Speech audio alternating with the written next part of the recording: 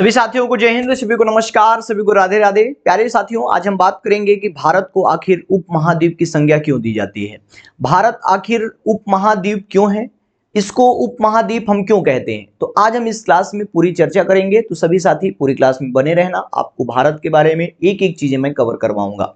ध्यान दीजिए मेरे प्यारे भाई, यहां पर दे रखा है कि भारत महज एक देश या फिर अपने आप में एक पूरा उपमहाद्वीप है। मेरे प्यारे भाई, एक भौगोलिक, वैज्ञानिक और मेरे प्यारे बच्चों सांस्कृतिक डिकोडिंग, यहां पर ध्यान रखिएगा डिकोडिंग। भैया ये आपका कुछ भारत का नक्शा आपको देखने को मिलेगा कि भाई साहब हमारा ये आपका कुछ भारत का, हमारा भारत ये है, क्लियर है, ये हमारा भारत है कि भैया ये हमारा क्या हो गया गुरुजी, ये हमारा भारत हो जाएगा, जो कि आपको यहां पर देखने को मिल रहा होगा। ठीक है भाई, चलो भाई, तो यहां पर मेरे प्यारे भाई एक एक बातें समझते हैं कि एक एक चीजें हम यहां पर भारत के बारे में कवर करेंगे। पहला बात है कि भारत को उपमहाद्वीप होने के चार प्रमुख स्तंभ देखने को मिलते हैं।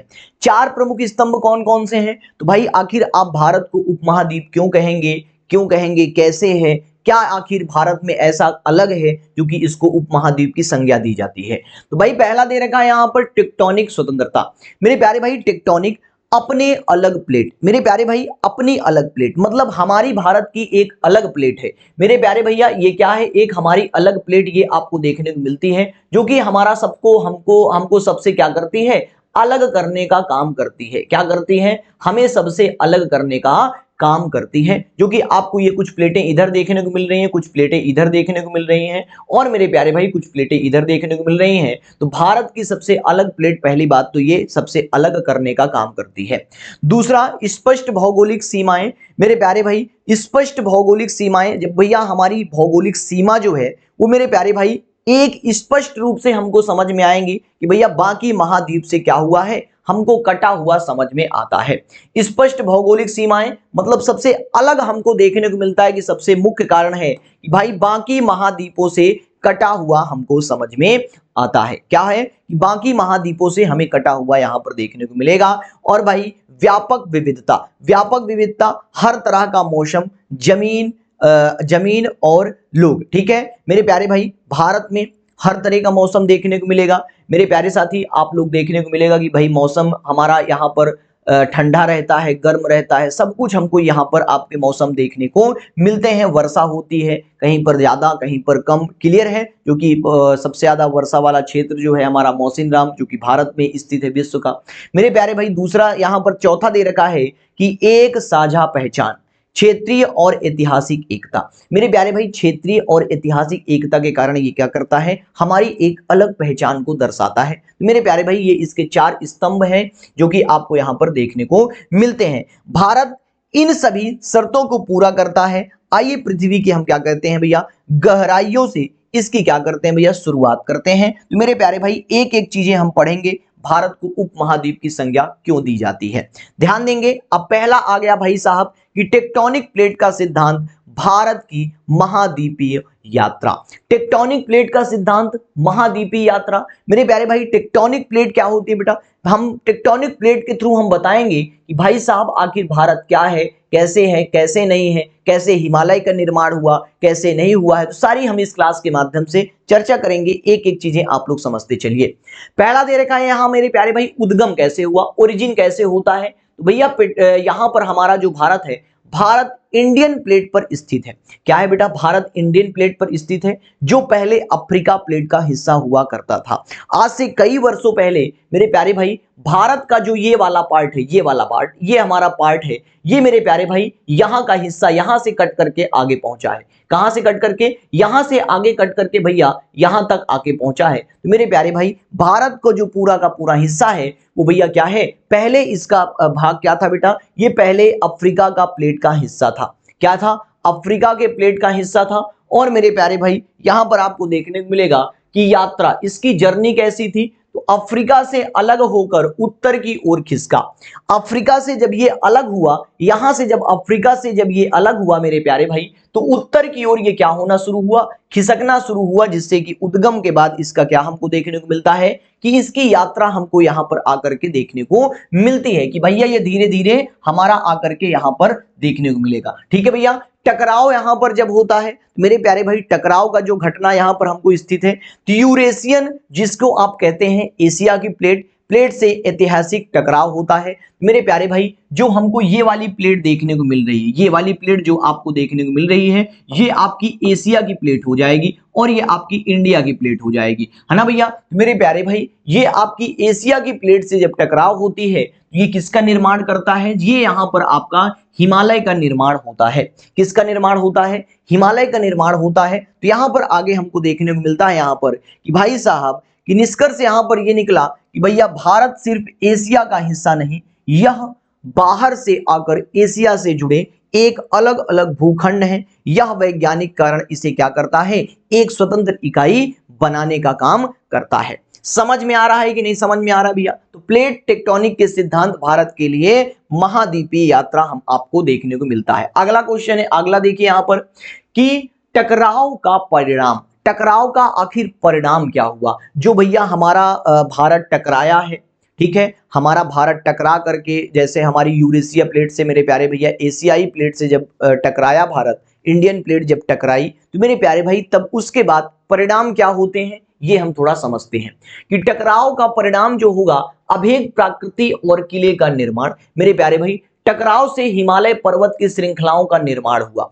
जब हमारी प्लेट एक तरफ से एशियाई प्लेट बेटा टकराई और दूसरी तरफ से हमारे प्यारे भाई ये आपका प्लेट टेक्टोनिक सिद्धांत में आपको पढ़े होंगे, अगर नहीं पढ़े हैं तो मेरे प्यारे भाई जब दो प्लेटें आपस में, प्लेट टेक्टोनिक का सिद्धांत ये बताता है कि जब दो प्लेटें आपस में टकराती हैं तो जो हल्की वाली प्लेट होती है वो भैया ऊपर उड़ जाती है और भारी वाली प्लेट उसके नीचे चली जाती है। तो भाई जब हल्की वाली प्लेट उसके ऊपर उठी, भारी वाली प्लेट मेरे प्यारे भाई नीचे चली गई, तो मेरे प्यारे भाई उसी को क्या कहा जाता है, जिससे कि बीच में मोड़दार पर्वत बनते हैं, जिससे कि हमारा निर्माण हुआ है किसका, हिमालय का, जिससे निर्माण हुआ है। समझ में आया कि नहीं समझ में आया। तो भाई साहब यहां पर ध्यान दीजिए कि टकराने से, टकराव से हिमालय पर्वत बना है और श्रृंखला का निर्माण हुआ है। दूसरा यहां पर दे रखा है कि इसका विशाल पर्वत श्रृंखला भारत को बाकी एशियाई जैसे चीन और मध्य एशिया से पूरी तरह क्या कर देते हैं, अलग करने का काम करते हैं। क्या करते हैं, अलग करने का काम करते हैं। जैसे यहां पर देखिए ये हमारी एक प्लेट आई, एक प्लेट ये अंदर चली गई और दूसरी प्लेट इधर से टकरा करके मेरे प्यारे भाई यहां पर आपको हिमालय का निर्माण, मतलब उसमें कंपन हो करके जब दो प्लेटें आपस में लड़ती हैं मेरे प्यारे भाई, तो हल्की वाली प्लेट ऊपर उठने का काम करती है ना भाई। तो ऊपर वाली प्लेट मतलब चिपक जाती है। जैसे आपकी गाड़ी जब लड़ती है तो मेरे प्यारे भाई जो ताकतवर गाड़ी होगी वो गुरुजी नीचे की ओर भागेगी और जो हल्की होगी उसके ऊपर चढ़ जाएगी। तो मेरे प्यारे भाई जब उसके ऊपर चढ़ने का काम करती है तो मेरे प्यारे भाई यहां पर ध्यान देंगे कि यहां पर हल्की वाली प्लेट ऊपर की उठी और मेरे प्यारे भाई किसका निर्माण हो गया, हिमालय का निर्माण आपको देखने को यहां पर मिलता है, जो कि आपका विशाल इसका भूखंड आपको देखने को मिलेगा। दूसरा पॉइंट में दे रखा है कि जैसे चीन आपका हो गया मध्य एशिया पूरे भारत को तरह क्या करता है, अलग कर देती है। तीसरा है उत्तर में स्थित यह हिमालय एक अभेद दीवार की तरह क्या करता है, काम करता है, जो ठंडी साइबेरियाई हवाओं को क्या कर देती है, रोक देती है। सबसे बड़ा कॉन्सेप्ट यहां पर यह है कि भाई साहब भारत को आखिर उपमहाद्वीप की संज्ञा। मेरे प्यारे भाई पहली बात तो गुरुजी इसको अलग कर देता है ये, और भाई सभी देशों से हमको अलग करता है, और सभी देशों के जो भैया यहां से इधर से चलने वाली हवाई पवने हैं, जो साइबेरियाई पवने हैं भाई साहब, इसको क्या करता है, हिमालय मेरे प्यारे भाई रोक लेता है। हिमालय रोक लेता है जिससे कि ये ठंडी पवने भारत के अंदर प्रवेश नहीं कर पाती हैं। एक मुख्य कारण यह भी माना जाता है कि भारत को उपमहाद्वीप की संज्ञा इसलिए अलग माना जाता है। क्लियर है, इसलिए इसको उपमहाद्वीप कहा जाता है अलग से। ठीक है भाई, अगला ध्यान दीजिए यहां पर कुछ, यहां पर मेरे प्यारे बच्चों एक एक समझते हैं कि भौगोलिक कारण, प्रकृति द्वारा खींची गई सीमाएं।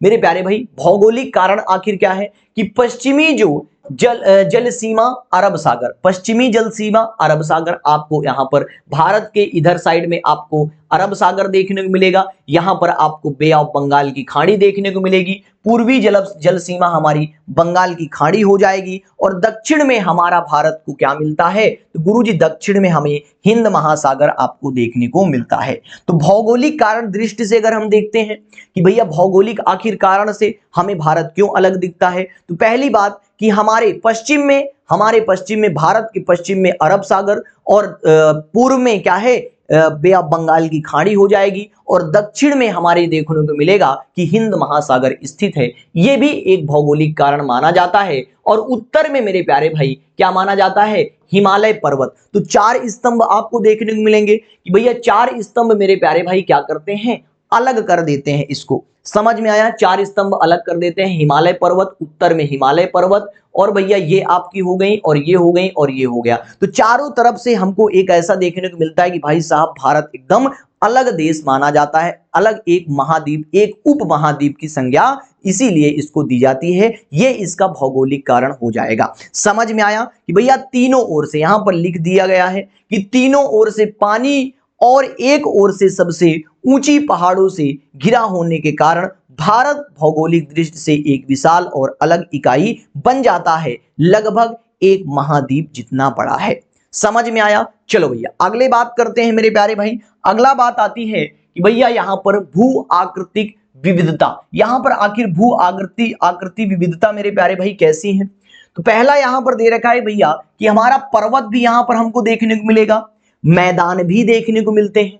पर्वत हो गया, मैदान हो गया, और मेरे प्यारे भाई पठार हो गया, मरुस्थल हो गया, और तटीय क्षेत्र हो गया। ये भी आपका एक भौगोलिक कारण का ही अंतर माना जाता है कि भैया ये भौगोलिक कारण का ही एक अंतर कह सकते हैं कि उपमहाद्वीप का कारण माना जाता है, जिससे कि इसको अलग अलग संख्या दी जाती है। क्लियर है, जिससे इसको मेरे प्यारे भैया अलग अलग संज्ञा के नाम से जाना जाता है भौगोलिक। ठीक है भैया, यहां पर इतनी भयानक भू आकृति विविधता आमतौर पर केवल एक महाद्वीप में पाई जाती है।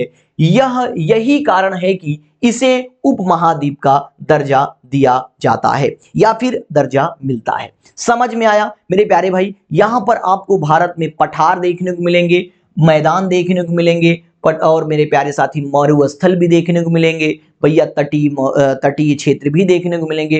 तो मेरे हिसाब से आप लोग देखिए कि भारत में आपको सब कुछ देखने को मिल रहा है। मतलब और ऐसे देशों में कहीं पर देखेंगे तो कहीं पर पहाड़ है, पठार है, कहीं पर पूरा का पूरा रेगिस्तान ही रेगिस्तान है ना बेटा। तो ये आपका एक अलग कर देता है भारत में कि भाई साहब भारत में सब कुछ हमको देखने को मिलेगा। अगर आप भारत आते हैं तो भारत में आपको सब कुछ यहाँ पर मिल जाएगा कि भैया यहाँ पर पठार भी मिल गया, पर्वत भी मिल गया, मैदान भी मिल गया, और मरुस्थल भी मिल गया, तटीय क्षेत्र भी मिल गया। ये सभी कुछ आपको सभी देशों से अलग करने का काम करता है, सभी महाद्वीपों से अलग करता है भारत को, जिससे कि इसीलिए इसको क्या कहते हैं भैया, एक मेरे प्यारे भैया उप महाद्वीप की संज्ञा दी जाती है। ध्यान रखेंगे।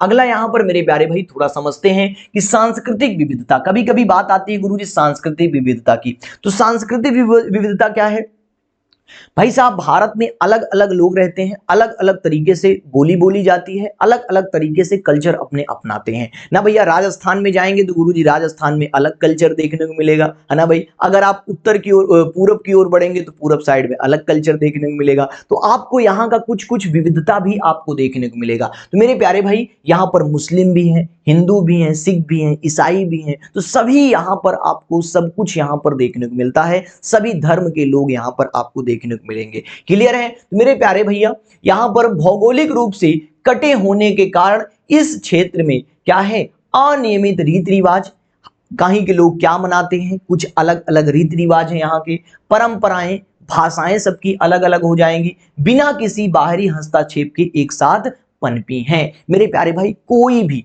हम लोगों ने भैया यहाँ पर अलग अलग रीति रिवाज लेकर के आए हैं, अलग अलग तरीके से आपको भारत को क्या किया गया है, अलग अलग रीति रिवाज में इसको रखा गया है भाई। अलग अलग सभी देशों से अलग करने का काम करता है। मतलब ब्रह्मांड में आप चले जाओगे, पूरे विश्व में घूम करके चले जाओगे और भारत आकर के घूम लोगे तो मेरे प्यारे भाई भारत में आपको पूरे विश्व का मजा मिल जाएगा। ऐसा चीज है आपका भारत। ठीक है भैया, ध्यान रखिएगा, यहाँ पर अलग अलग संस्कृति, अलग अलग आपको कल्चर, अलग अलग चीजें आपको यहाँ पर देखने को मिल जाती हैं। लोग यहाँ इंग्लिश भी बोलते हैं, हिंदी भी बोलते हैं, मलयालम भी बोलते हैं, मराठी भी बोलते हैं, उर्दू भी बोलते हैं, सब बोलते हैं। हिंदू, मुस्लिम, सिख, ईसाई आपस में हैं सब भाई भाई ना भाई। तो यहाँ पर मेरे प्यारे भाई ये भी एक क्या मानी जाती है कि भौगोलिक सांस्कृतिक रूप से विविधता का अलग कर करके मेरे प्यारे भैया सांस्कृतिक विविधता भी एक आपका यहाँ पर उपमहाद्वीप की संज्ञा के अंतर्गत आता है। ठीक है भैया, अगला अगर हम बात करें मेरे प्यारे भैया तो राजनीतिक और मेरे प्यारे भाई क्षेत्रीय उपमहाद्वीप का परिवार।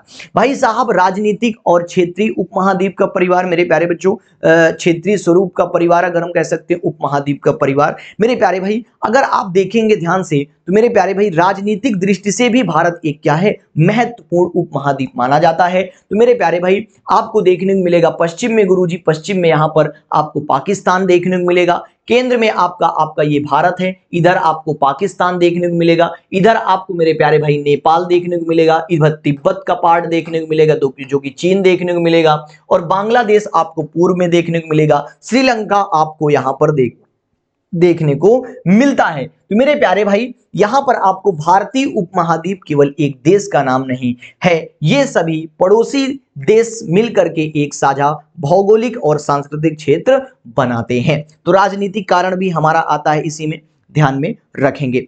अगला हम बात करते हैं कि भाई साहब महाद्वीपीय बनाम मेरे प्यारे भाई उपमहाद्वीपीय अंतिम विश्लेषण। मेरे प्यारे बच्चे यहां पर ध्यान रखिएगा कि अगर हम बात करते हैं कि महाद्वीप और उपमहाद्वीप में दोनों में अंतर क्या हो जाता है, तो भैया विशेषता यहां पर मेरे प्यारे भाई टेक्टोनिक आधार। पहला यहां पर टेक्टोनिक आधार कि भैया टेक्टोनिक आधार पर कैसे आप बता सकते हैं कि कैसे हम किसको महाद्वीप कहेंगे, किसको उपमहाद्वीप कहेंगे, ये आप थोड़ा समझने की कोशिश करेंगे। अपने विशाल प्लेट होती है मेरे प्यारे भाई, महाद्वीप में अपनी क्या होती है, विशाल प्लेट होती है, और भारतीय उपमहाद्वीप में मेरे प्यारे भाई स्वतंत्र प्लेट इंडियन प्लेट आपका नाम से जाना जाता है, जो कि एक स्वतंत्र प्लेट आपको इधर देखने को मिलेगी। और मेरे प्यारे भाई अगर हम भौगोलिक अलगाव की बात करते हैं तो महासागरों द्वारा अलग किया गया है इसको। और भैया महाद्वीप जो होते हैं वो महासागरों द्वारा अलग होते हैं, लेकिन यहां पर पहाड़ों, हिमालय और समुद्री द्वारा